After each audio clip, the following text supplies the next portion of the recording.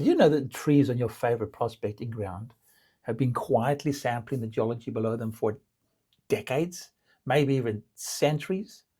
Tiny gold particles pulled up through the root system from tens of meters under the ground, and those particles are deposited right above your head in the leaves. Most prospectors walk into a new area and just start swinging, eyes on the ground, looking at nothing else. But the information they really need is at eye height or above. The plants around you have already done the geological work. You just need to read what they're trying to tell you. And today I'm going to show you three things. That's trees, vegetation patterns, and bare patches that can tell you about what's going on below. None of this replaces a metal detector, of course, or proper data, but it will make you a better prospector before you've even reached for your metal detector. Hi, it's Bruce, the part-time prospector here. The years I spent working as an exploration geologist in Western Australia's goldfields taught me one thing. We're always watching what's growing, always. And that's the difference between the experienced and the people out there just swinging at nothing. Now, you may think sounds a bit voodoo-ish, too much voodoo there. But the plants are telling you about the gold, and there's actually science to back this up. Back in 2013, the CSIRO did a study that surprised even the geologists. They analyzed eucalyptus trees growing above a known gold deposit north of Kalgoorlie. What they found was microscopic gold particles in the leaves of the trees. Not surface dust, actual gold that the tree had pulled up from the ore body sitting 30 plus meters below the surface. Think about that, 33 meters below the surface, that's 100 feet down. How do we know? They obviously tested those leaves in a lab, but us as amateur prospectors cannot do that. So we're not going to be carrying a lab into the field. That's just not the point here. The point is rocks weather into soils which govern the type of plants that grow there. So knowing the plants that grow there, we can figure out the soil and figure out the geology. Plants that grow on these different soils become locked into them. What they're looking at when you look at vegetation is a chemical fingerprint of what's just beneath the surface. Here's the practical version. Next time you're out there, stand back when you get to a new patch. And before you grab your gear, spend 10 minutes or so just looking at what's growing where. Where does it stop? Where does it change? Are there vegetation types that switch back and forth? All of these signals are almost always telling you something geologically has happened. A rock type change here, a fault there, a contact there. Something is happening in the soil. Most prospectors spend those first 10 minutes sorting out gear, but instead spend them just looking around.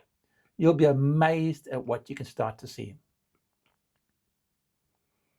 If you spend any time in WA's goldfield, and I'm guessing you do, you need to learn one tree, just one, salmon gum.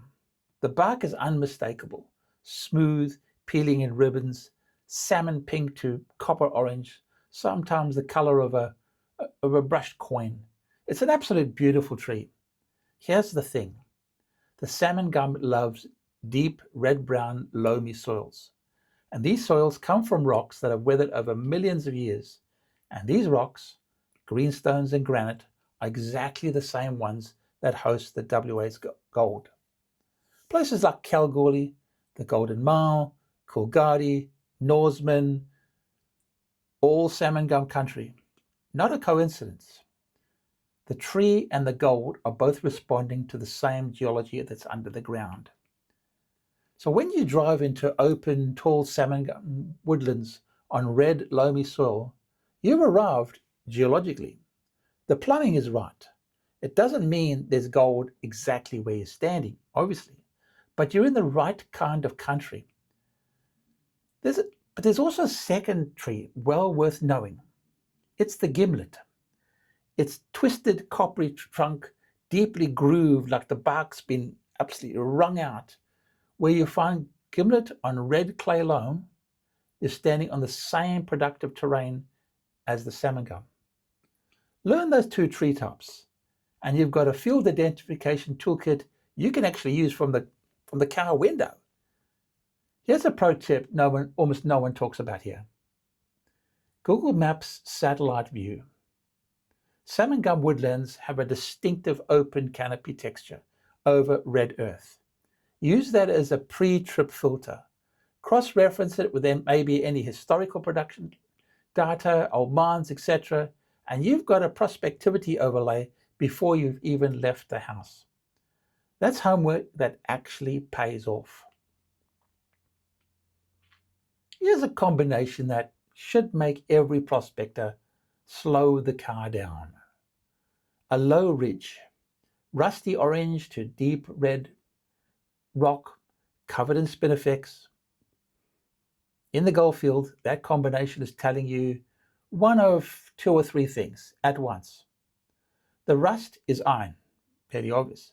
It's either banded iron formation, a common rock associated with greenstone belts, or it could be a ultramafic rock, or, and this is what we're looking for, is a thing called a gossan. And if it's a gossan, this is the one you want to know all about. The gossan is what happens when, now, apologies for getting all technical here, but it happens when rocks with a lot of sulfide minerals in it sit at the surface for millions and millions of years in a dry climate. They don't disappear. They start to rust away. The iron stays, and what left is a porous, spongy, honeycomb-looking iron cap, often with quartz veins running through it. And here's the critical bit, guys. Gossans sit directly above mineralized systems. And in WA's greenstone belt, mineralized systems carry gold. So a rusty ridge is essentially a surface expression of a potential goldfield below.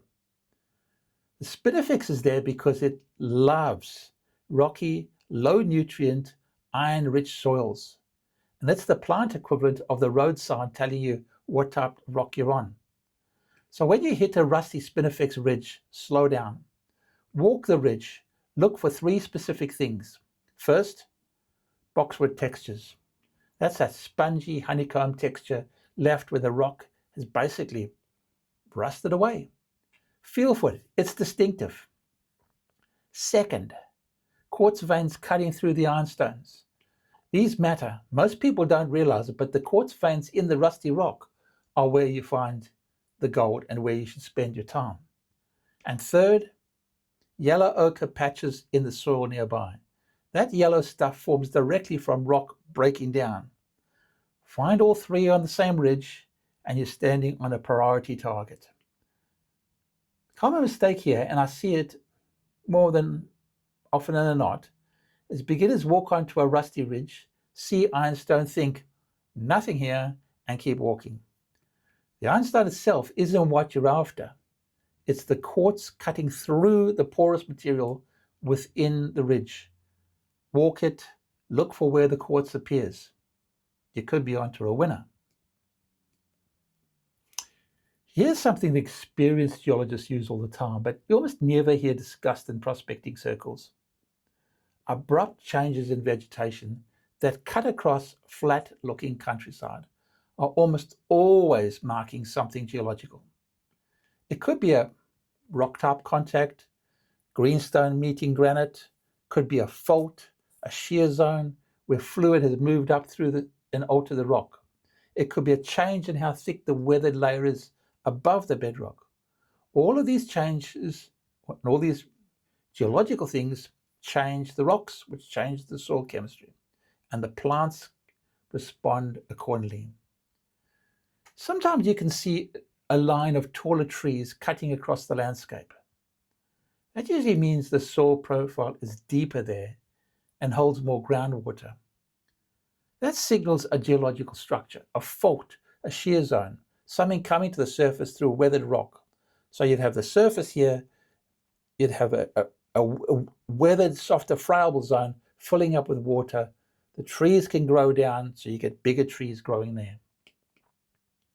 It's exactly the kind of zone that can be a conduit for gold mineralization. And here's a practical tip. When you park up, and before anything else, look for any sharp lines across the landscape where vegetation changes. I usually find that early morning or late afternoon works best because the low light casts shadows and make the subtle difference in canopy height really stand out. Basically you can say it really pops. But if you see a line, walk it. Look at what the rocks are doing. Has the color changed? Is there harder material forming a subtle rise? Is there quartz rubble scattered about?